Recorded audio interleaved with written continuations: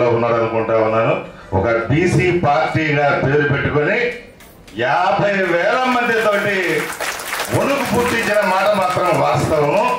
ఖచ్చితంగా BC CM చేసుకునే సత్తా ఈ రాష్ట్రంలో ఉండేటువంటి 50% పైబడి ఉన్నటువంటి బీసీలకు ఉన్న విషయాన్ని ఈ సందర్భంగా మొట్టమొదటి నాకు ఇచ్చిన ఏ ఒక్క రాజకీయ పార్టీలో కూడా బీసీలకు న్యాయం చేసేటువంటి పరిస్థితులు లేదు. కాకపోతే ఈ రోజు ప్రతి రాజకీయ పార్టీలు కూడా బీసీల కోసం చూసేటువంటి పరిస్థితి, బీసీల గురించి మాట్లాడే పరిస్థితి, మేము అంతిస్తున్నాము ఇంతిస్తున్నాము సమన్యాయం చేస్తున్నామని చెప్పే మాటలు కానివ్వండి. పుంగనూరు పులిబిడ్డ బీసీల ఆశాజ్యోతి బీసీవై పార్టీ అధినేత అన్న రామచంద్ర యాదవ్ గారికి, ఈ కార్యక్రమానికి వచ్చినటువంటి ప్రజా సంఘాలకు, మహిళలకు, మిత్రులకు, మీడియా మిత్రులకు అందరికీ బీసీ చైతన్య వేదిక తరఫున సామాజిక ఉద్యమ నమస్కారాలు తెలియజేసుకుంటున్నా. ప్రధానంగా ఇక్కడికి వచ్చినటువంటి కూటమి ప్రభుత్వం బీసీలకు రక్షణ చట్టం చేస్తామని మేనిఫెస్టోలో పెట్టుకున్నారు ఘనంగా. ఇప్పటికొక రక్షణ చట్టానికి సంబంధించి ఎలాంటి ప్రకటన లేదు. అంటే 85% ఉన్నటువంటి ప్రజలు రక్షణ కోరుకుంటున్నారు. అంటే మనం అర్థం చేసుకోవాలి, జనం మనం ఉన్న అధికారం ఆధిపత్యం వాళ్ళ చేతిలో ఉంది కాబట్టి దీని మీద మన ప్రభుత్వం స్పష్టమైన ప్రకటన చేయాలని చెప్పేసి ఈ వేదిక ద్వారా మనం డిమాండ్ చేస్తున్నాం. మన రామచంద్ర యాదవ్ గారు మా తమ్ముడు ఎక్కడ మీటింగ్ పెట్టినా అక్క రావాలని చెప్పి మమ్మల్ని పిలుస్తూ ఉంటాడు. మేము వెళ్ళిన సందర్భాలు కూడా ఉన్నాయి. మరి ఆయన ఇంకా పైకి రావాలి. ఎందుకంటే ఈరోజు నిజంగా గడుస్తున్న యువకుడు ఆయన చూస్తున్నాం మనం. అసలు ఆయన వస్తుంటే నాకు కూడా ఒక సీఎం వచ్చినట్టు అనిపించింది. ఇందాక కింద నేను రిసీవ్ చేసుకుంటుంటే అలా అనిపించింది. మరి త్వరలో ఆ కోరిక కూడా నాకు తీరాలని చెప్పేసి అనుకుంటున్నాను.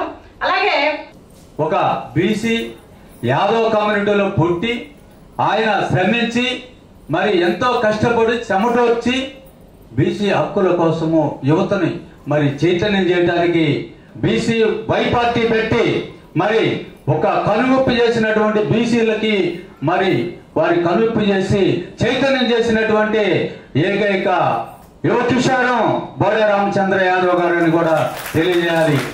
అంత అభిమానం అనేక కార్యక్రమాలు విన్నాను. నాది నెల్లూరు జిల్లా ఉలవపాడు. అక్కడి నుంచి కూడా అందరూ మిరేన్ శ్రీనివాస్ గారి పార్టీలో ఉన్న వాళ్ళందరూ కానీ చాలా మంది కూడా అన్నకు తెలుసు. అన్నకి మరి ఒకసారి అభినందనలు తెలియజేసుకుంటూ, మన ఆంధ్ర దేశములో చిరుతలాంటి చిత్తూరు జిల్లా అతి పెద్ద పంజాని మండలము పొంగనూరు అసెంబ్లీ స్థానం దానశీలురు లాంటి దాసర్ల పల్లెలో బంగారు లాంటి పోడె ఇంట పేరు గౌరమ్మము నెమ్మ 4వ ముద్దుల తనయ శ్రీ బోడె రామచంద్ర యాదవా. ఓ యాదవా నీకు శుభాభివందనాలు శుభాభివందనములు. ఈనాడేంటి అట్రాసిటీస్ యాక్ట్ గురించి మాట్లాడుతున్నారు. అట్రాసిటీస్ యాక్ట్ ఇవాళ ఇబ్బంది పడేటటువంటి జాతులు ఎవరంటే బీసీస్. ప్రధానంగా ఎవరితో ఇబ్బంది పడుతున్నారంటే ఎస్సీస్తో. ఎస్సీస్ బీసీస్ మీద ఎదుగుతున్నటువంటి నాయకుడు రామచంద్ర యాదవ్ మీద వరుస 4 ఎస్సీ ఎస్టీ అట్రాసిటీస్ కేసు పెడితే ఆయన కాళ్ళకి బంధం వేసి అక్కడ ఆపేస్తుంది. ఎందుకంటే లీడర్ పెద్దోడు అవుతున్నాడు, బీసీని అడ్డుకోవడానికి మార్గం లేదు, ఎస్సీ ద్వారా ఉపయోగించి బీసీతో కొట్టించే ప్రయత్నం ఉంది. కాబట్టి ఈ రౌండ్ టేబుల్ సమావేశంలో ప్రధానమైనటువంటి డిమాండ్ ఏంటంటే ఎస్సీ ఎస్టీ అట్రాసిటీస్ యాక్ట్ నుంచి బీసీల మీద సార్ మాకు ఏంటి సోషల్ స్టేటస్ లో మనకు ఉన్నటువంటి ప్రామాణికం ఏంటి, మనం ఏ ప్రాతిపదికన ఉన్నాం. రిజర్వేషన్స్ 3 భాగాలుగా ఉంటాయి. ఒకటి మీకు సంబంధించిన అస్పృశ్యత ఆధారంగా, అన్టచబిలిటీ ఆధారంగా రిజర్వేషన్ ఫస్ట్ క్రైటీరియా. 2 టెరైన్స్, ఎక్కడైతే కొండ ప్రాంతాల్లో ఉంటారో ఆ భౌగోళిక స్థితుల ఆధారంగా ఉన్నది 2వ వివక్షతకు సంబంధించి. 3వది సామాజిక వివక్షత, అది బ్యాక్వర్డ్ క్లాసెస్. మన కులాల్లో పెట్టుకున్నటువంటి రజక, నాయి బ్రాహ్మణ్, విశ్వబ్రాహ్మణ్, కమ్మరి, కుమ్మరి, నేత, గీత, కంసారి, వడ్రంగి, ఈ కులాలన్నీ కూడా సమాజంలో ఉంటూ సమాజంలో వివక్షత పొందేటటువంటి ప్రయత్నం ఉంటుంది. ఈ వివక్షత పొందినటువంటి ఈ 3 రకాలుగా ఉన్నటువంటి ఈ తెగలకు సంబంధించిన విషయాల్లో వీళ్ళకి ఎస్సీలకి సంబంధించి ప్రత్యేకమైనటువంటి తేడాలు పెద్దగా ఉండవు. మనం ఎక్కడైనా సరే చూడండి, బీసీలు ఉండేటటువంటి లొకాలిటీకి జేర్ ఎస్సీ లొకాలిటీ ఉంటుంది. మిగిలిన ఏ ఊరైనా మీరు వెళ్ళండి, ఆ వీధుల హ్యాబిటేషన్స్ చూస్తే ఇది రాజుల వీధి, ఇది కమ్మల చౌదరీస్ వీధి, ఇది రెడ్లు వీధి, ఈ వీధులు అని చెప్పి వాళ్ళకి ప్రత్యేకంగా ఉంటాయి. సోషల్ స్టేటస్ అనేటటువంటి పాయింట్లో బ్యాక్వర్డ్ క్లాసులకి ఎస్సీలకి ప్రత్యేకమైనటువంటి హోదాలి.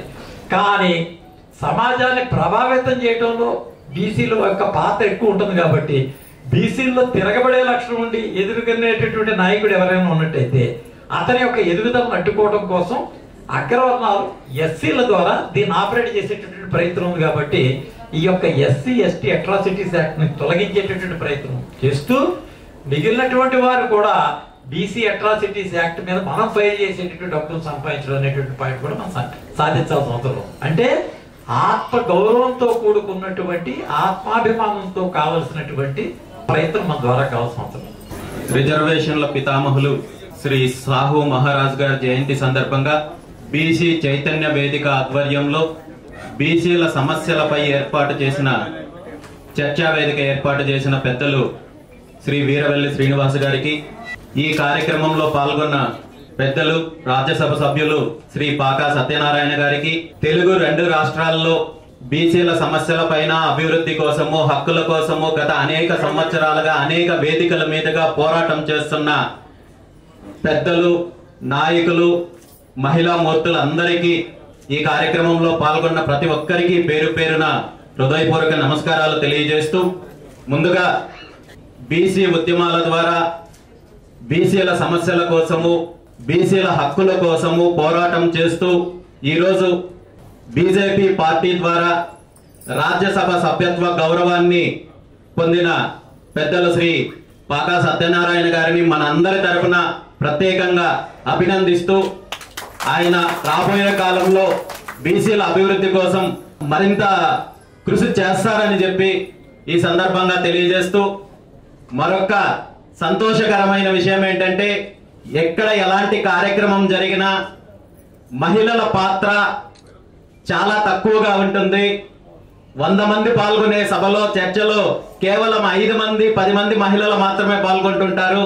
కానీ ఈ సమావేశంలో ఈ కార్యక్రమంలో 33% కాదు సుమారు 50%గా ఉన్న మహిళలు ఈ విధంగా ఈ కార్యక్రమంలో పాల్గొనడము చాలా ఆనందంగా ఉంది. మరీ ముఖ్యంగా కొంతమంది మహిళా మూర్తులు మాట్లాడినప్పుడు ఈరోజు ఏదైతే వారాహి నవరాత్రుల సందర్భంగా అమ్మవారు పూనారా అన్నట్టుగా ఈరోజు సమస్యల గురించి మాట్లాడారు. ప్రత్యేకంగా ఇలాంటి స్ఫూర్తితో రాబోయే రోజుల్లో మహిళలు ఇంకా ముందుకు రావాలని చెప్పి ఈ సందర్భంగా కోరుకుంటూ, భారతదేశానికి స్వాతంత్రం రాకముందు నుండి కూడా వెనకబడిన తరగతుల గురించి, వారి పైన జరుగుతున్న వివక్ష గురించి, దాడుల గురించి, మహిళల పైన ఉన్న వివక్ష గురించి పూలే దంపతులు లాంటి వాళ్ళు పోరాటం చేస్తే 1900 కాలంలో వాటిని అమలు చేసిన ఘనత శ్రీ సాహు మహారాజ్ గారిని మనము చెప్పుకోవాలి. భారతదేశంలో మొట్టమొదటిసారిగా 1902లో ఈ సమాజంలో ఈ దేశంలో వివక్షకు అణచివేతకు గురవుతున్న వర్గాలకు కులాలకు ప్రత్యేక రిజర్వేషన్లు మొట్టమొదటిసారిగా తీసుకొని వచ్చి చరిత్ర సృష్టించిన సాహు మహారాజ్ గారు తీసుకున్న అనేక నిర్ణయాలు ఆ తర్వాత కాలంలో స్వాతంత్రానికి ముందు కావచ్చు, స్వాతంత్రం వచ్చిన తర్వాత కావచ్చు, ఆనాటి సంస్థానాధీశులు ఆ తర్వాత ప్రభుత్వాలు పాటించాయనే విషయాన్ని మనము గుర్తు చేసుకోవాలి. మొట్టమొదటిసారిగా సాహు మహారాజ్ గారు 1902లో రిజర్వేషన్లు అమలు చేస్తే వెనుకబడిన తరగతుల వాళ్లకు దీన్ని ఆదర్శంగా తీసుకొని 1908లో మైసూరు సంస్థానంలో రిజర్వేషన్లు కల్పించడం జరిగింది. 1918లో మద్రాస్ సంస్థానంలో రిజర్వేషన్లు కల్పించడం జరిగింది. 1922లో జైపూర్ సంస్థానంలో వెనుకబడిన తరగతుల వాళ్ళ కోసము రిజర్వేషన్లు అమలు చేయడం జరిగింది. అదే విధంగా స్వతంత్రం రాకముందే కూడా కుల వివక్షకు వ్యతిరేకంగా, అదే విధంగా ఏదైతే సమాజంలో ఉన్న అసమానతలు తొలగించడం కోసం సాహు మహారాజ్ గారు అనేక రకాలుగా కృషి చేశారు, నిర్ణయాలు తీసుకున్నారు, చట్టాలు చేశారు. స్వాతంత్రం తర్వాత భారత ప్రభుత్వం తీసుకున్న అనేక నిర్ణయాలలో ఆయన స్ఫూర్తి ఉంది. అదే విధంగా భారత రాజ్యాంగ పితామహులు డాక్టర్ బిఆర్ అంబేద్కర్ గారు ఏదైతే అప్పట్లో నడిపించిన పత్రికలకు కావచ్చు, ఆయన విద్యాభ్యాసానికి కావచ్చు, అనేక రకాలుగా సాహు మహారాజ్ గారు సహాయ సహకారాలు అందించారనే విషయాన్ని ఈ సందర్భంగా గుర్తు చేస్తూ, అలాంటి మహనీయుల జయంతి సందర్భంగా ఈ రోజు ఇక్కడ ఒక మంచి కార్యక్రమాన్ని ఏర్పాటు చేసిన బీసీ చైతన్య వేదిక కార్యవర్గాన్ని మనస్ఫూర్తిగా అభినందనలు తెలియజేస్తూ, ఈరోజు స్వతంత్రం రాకముందు నుండి కూడా బీసీలు, వెనుకబడిన తరగతులు, వెనుకబడిన కులాలు అనేక రకాలుగా సమాజంలో వివక్షను ఎదుర్కొంటున్నారు, అభివృద్ధికి చెందలేకపోతున్నారు, దాడులు జరుగుతున్నాయి అనే విషయాన్ని ఆనాడు గుర్తించి ఎంతో మంది పెద్దలు బీసీల అభివృద్ధి కోసము, రిజర్వేషన్ల కోసము తోడ్పాటును అందిస్తే, మన దురదృష్టం ఏంటంటే స్వతంత్రం తర్వాత ఈరోజు అలాంటి గుర్తింపు లేక ఇప్పటికీ కూడా బీసీల అభివృద్ధి కోసమో, రిజర్వేషన్ల కోసమో, హక్కుల కోసమో మనం పోరాడుతున్నామంటే, భారతదేశానికి స్వతంత్రం వచ్చిన తర్వాత ఆనాడు సమాజంలో వెనుకబడిన దళితులతో పాటు బీసీలకు కూడా గుర్తించి ఆనాడే బీసీలకు రిజర్వేషన్లు కల్పించినట్టయితే ఈ రోజు బీసీలు ఈ విధంగా రోడ్ల మీదకి వచ్చే పరిస్థితి ఉండేది కాదు, ఇలాంటి దుస్థితి బీసీలకు పట్టేది కాదనే విషయాన్ని మనం గుర్తు చేసుకోవాలి. స్వతంత్రం వచ్చిన తర్వాత పార్టీలు మారినా, అధికారం మారినా, నాయకులు మారినా బీసీలను కేవలము ఒక ఓటు బ్యాంకు రాజకీయం కోసము, వాళ్ళ అధికారం కోసము, దోపిడీ కోసము పార్టీలు ఉపయోగించుకుంటున్నారు తప్ప నిజమైన అభివృద్ధి కోసము ఏ ఒక్క పార్టీ కృషి చెయ్యలేదనే విషయాన్ని మనం ఈ సందర్భంగా గుర్తు చేసుకోవాలి. విద్యార్థి దశ నుండినే బీసీలను వివక్షగా తీసుకొని బీసీలను అణగదొక్కే కార్యక్రమం జరుగుతోంది.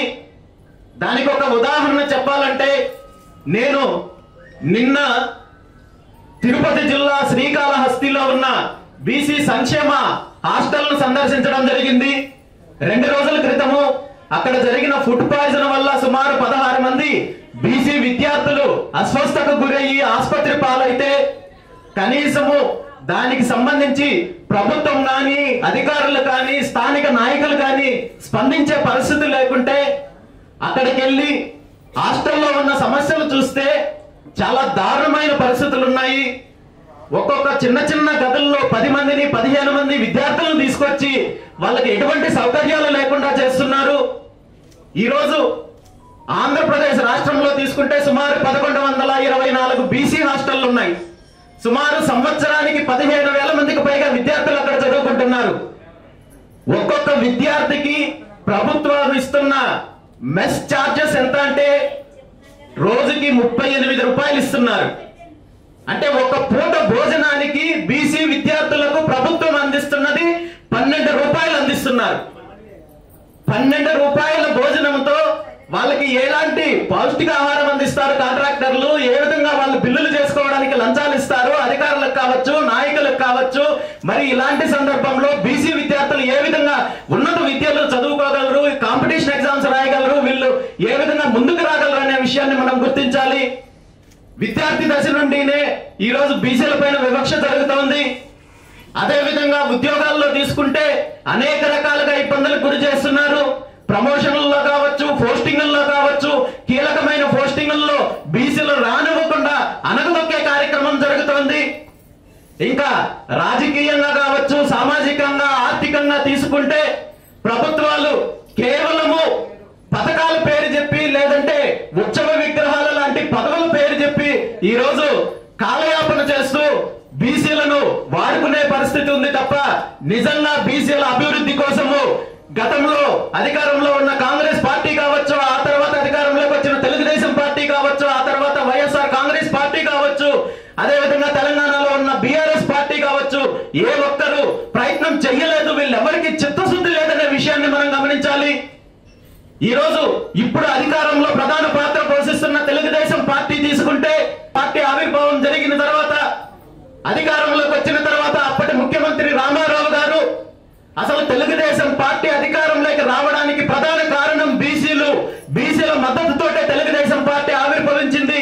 బీసీలు మా వెన్నెముక అని చెప్పుకునే తెలుగుదేశం పార్టీ ఆనాటి ముఖ్యమంత్రి రామారావు గారు 1983లో మురళీధరన్ కమిషన్ అనే ఒక కమిషన్ ఏర్పాటు చేసి బీసీల యొక్క అభివృద్ధి కోసము ఎలాంటి సూచనలు ఇవ్వాలో అడిగితే ఆనాడు మురళీధరన్ కమిషన్ ఈ రాష్ట్రంలో 150-60% పైగా ఉన్న బీసీలు విద్యా వైద్య రంగాలు అదేవిధంగా సామాజికంగా ఆర్థికంగా అన్ని రకాలుగా అభివృద్ధి చెందాలంటే కనీసం 44% రిజర్వేషన్లు కల్పించాలని చెప్పి 1983లో మురళీధరన్ కమిషన్ నివేదిక ఇస్తే ఆ తర్వాత సుమారు 22 సంవత్సరాల అధికారాన్ని అనుభవించిన ఇదే తెలుగుదేశం పార్టీ ఈ రోజు వరకు ఏ ఒక్క రోజు ఆ అంశాన్ని కనీసం ప్రస్తావన కూడా తీసుకురాలేదనే విషయాన్ని మనం అందరం గుర్తు చేసుకోవాలి.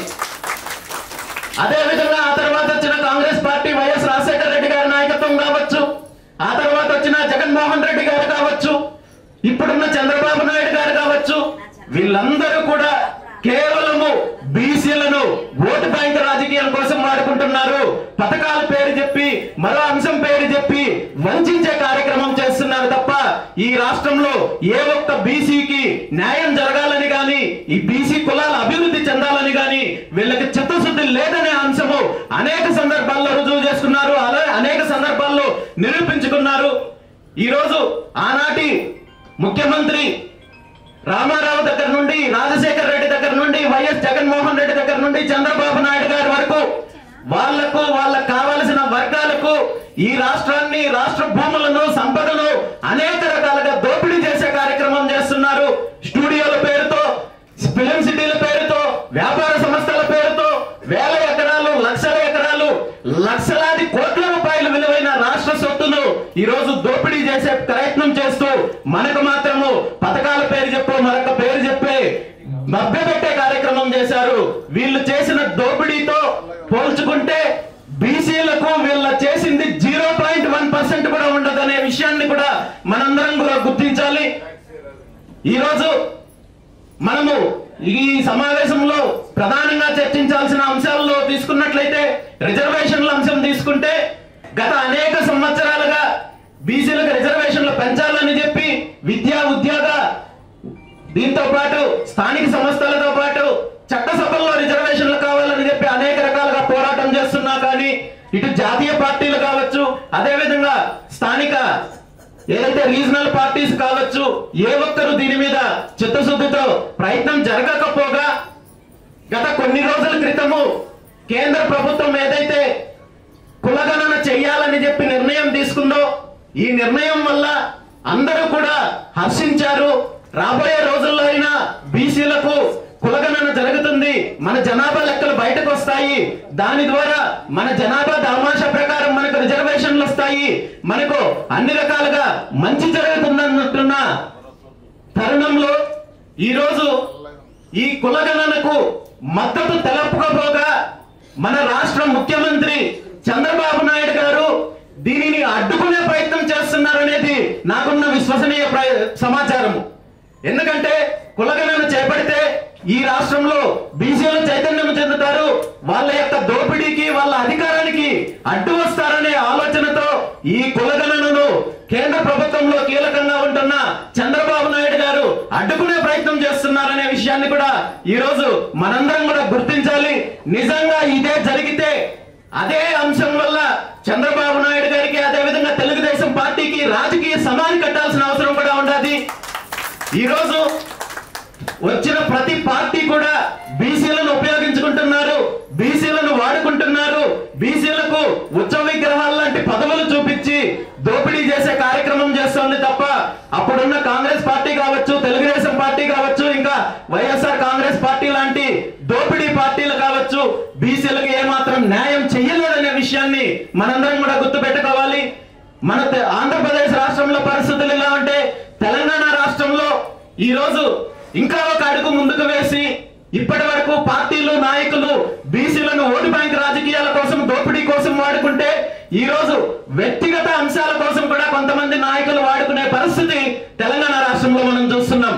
దానికి ఉదాహరణ కల్వకుంట్ల కవిత అనే ఒక దోపిడీ కుటుంబం నుండి, ఒక నియంత కుటుంబం నుండి వచ్చిన నాయకురాలు ఈ రోజు తన మీదున్న కేసుల గురించి, లిక్కర్ స్కాముల నుండి తప్పించుకోవడానికి బీసీ వాదాన్ని ముందుకు పెట్టి బీసీ వాదాన్ని అడ్డుపెట్టుకొని కేసుల నుండి తప్పించుకునే ప్రయత్నం కోసము ఈ రోజు బీసీ వాదాన్ని భుజాన వేసుకొని బీసీలకు నేను నాయకురాలని చెప్పుకుంటుంటే ఇంతకంటే బీసీలకు మరొక్కటి అవమానం ఉందా అని చెప్పి ఈ సందర్భంగా నేను అడుగుతున్నాను. నిజంగా కల్వకుంట్ల కవిత గారికి బీసీల పైన ప్రేమ ఉంటే, బీసీల పైన చిత్తశుద్ధి ఉంటే, ఈ రోజు మొట్టమొదటిసారిగా బీసీ డిక్లరేషన్ గురించి కానీ గతంలో 10 సంవత్సరాల అధికారంలో ఉన్న మీ నాన్నగారిని మొదట అడగాలి. మీ నాన్నగారి చేత బీసీ డిక్లరేషన్ ఇప్పించాలి. బీసీలకు రిజర్వేషన్ల గురించి మీ నాన్నగారి చేత ప్రకటన చేయించాలి తప్ప ఈ రోజు బీసీ ఉద్యమాన్ని అడ్డం పెట్టుకొని మీరు స్వలాభం కోసం కేసుల నుండి తప్పించుకోవడం కోసము చూడటము చాలా దారుణమైన అంశము. వీటన్నింటిపైన కూడా ఈ రోజు బీసీ సమాజం మేల్కోవాల్సిన అవసరం ఉంది, చైతన్యం రావాల్సిన అవసరం ఉంది. మనం ఇంకా ఎన్ని రోజులు ఈ పార్టీలను నాయకుల్ని అడుక్కోవాలి, వీళ్ళని డిమాండ్లు చేయాలి, ఉద్యమాలు చేయాలి, వీళ్ళ కోసము ఇంకా ఎన్ని తరాలు త్యాగం చేయాలనే విషయాన్ని కూడా ఈ రోజు మనము ప్రశ్నించుకోవాల్సిన అవసరం ఉంది. ఈ తెలుగు రాష్ట్రాల్లో ఖచ్చితంగా బీసీల అభివృద్ధి కావచ్చు, అన్ని రకాలుగా సాంఘికంగా, సామాజికంగా, ఆర్థికంగా, రాజకీయంగా అభివృద్ధి చెందాలంటే ఇప్పుడున్న రాజకీయ పార్టీలకు, ఈ దోపిడీ పార్టీలకు ప్రత్యామ్నాయంగా రాజకీయ వ్యవస్థ ద్వారా మనం అధికారం తీసుకున్నప్పుడే, మనం అధికారంలోకి వచ్చినప్పుడే అది సాధ్యమవుతుందనే ఆశయంతో, అనే లక్ష్యంతో గత సంవత్సరం రోజుల క్రితము బీసీ యువజన పార్టీ, భారత చైతన్య యువజన పార్టీని స్థాపించడం జరిగింది.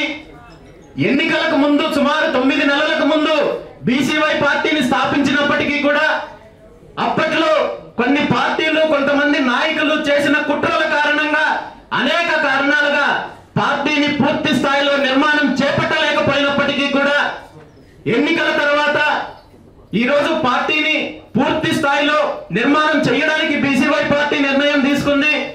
అతి తొందరలో రాష్ట్ర వ్యాప్తంగా 2 తెలుగు రాష్ట్రాల్లో కూడా పర్యటన చేసి పార్టీని అన్ని రకాలుగా పూర్తి స్థాయిలో బలోపేతం చేసి ఈ రాష్ట్రంలో బీసీ, ఎస్సీ, ఎస్టీ, మైనారిటీ వర్గాలకు ఈ పార్టీల ద్వారా ఇప్పటి వరకు దోపిడీకి గురవుతున్న అన్ని వర్గాలకు అండగా నిలబడి ప్రత్యామ్నాయ రాజకీయంగా, ప్రత్యామ్నాయంగా ఇప్పుడున్న ఈ పార్టీలన్నింటికీ కూడా ప్రత్యామ్నాయంగా 2 తెలుగు రాష్ట్రాల్లో కూడా ఒక సరికొత్త చరిత్ర సృష్టించే విధంగా రాబోయే రోజుల్లో బీసీవై పార్టీ కృషి చేస్తుందని, బీసీల హక్కుల కోసము, బీసీల యొక్క సమస్యల కోసం పోరాటం చేస్తున్న పెద్దలందరికీ కూడా బీసీవై పార్టీ అన్ని రకాలుగా సహాయ సహకారాలు అందించి అండగా ఉంటుందని చెప్పి ఈ సందర్భంగా తెలియజేస్తూ, ఖచ్చితంగా ఈ 2 తెలుగు రాష్ట్రాల్లో కూడా రాజకీయ మార్పు రావాల్సిన అవసరం ఉంది.